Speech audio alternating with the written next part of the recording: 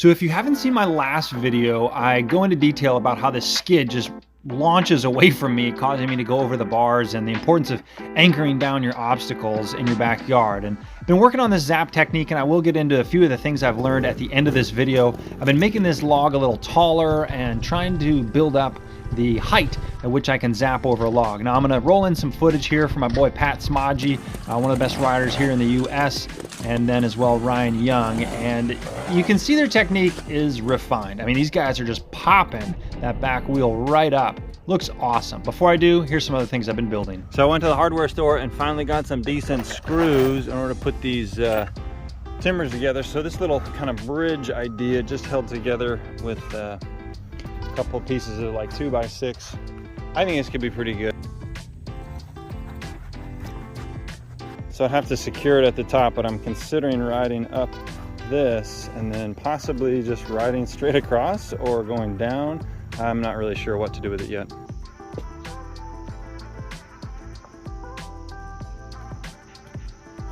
So even though I had the last one pretty secure with those stakes, I got tired of it still moving.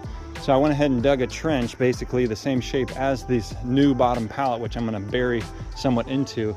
And I'm also going to use these huge screw eyes and then anchor this in on all four corners. So I think this is definitely going to do the trick to keep this from moving anymore, and might be overkill, and I'm not recommending it because I'm not endorsing this. I am just showing you what I've done.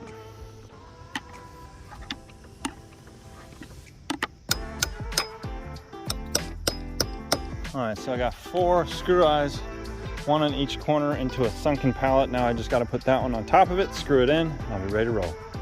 So with this elevated log and the kind of double blip, sometimes I'm trying to get traction and the whole setup is actually coming up. This backside's coming up.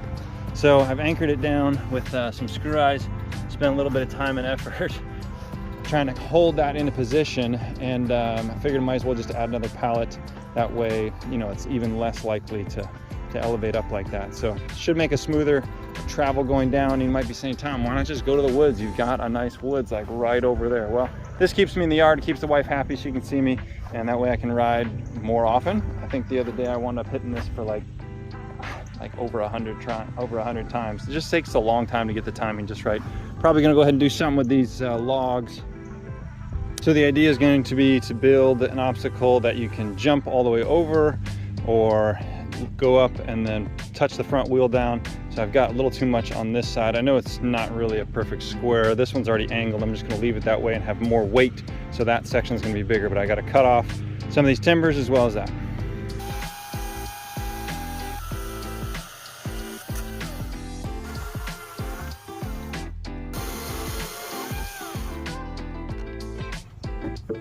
All right, back to the jab zaps, and hopefully you guys can learn from some of my mistakes. This one just placing the front wheel way too high on the first wheelie. And then here I'm just not really popping the clutch at the right time. So I'm actually letting go of it a little bit early, and I'm not fully disengaging it to begin with. Same thing here, just the clutch is being let out too early, so I'm not stopping the momentum of the bike and then launching it with that pop of the clutch.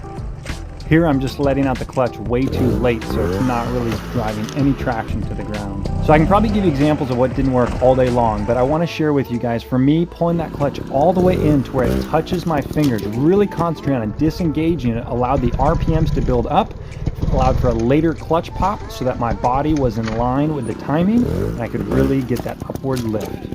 For me, I'd usually use some key words and coach myself and say low on the log, build the RPMs. Those were 2 elements that really helped me to focus on the things I needed to. Sometimes building those RPMs up nice and high is a mental thing, and so repeating that to myself as I move into the obstacle was really helpful.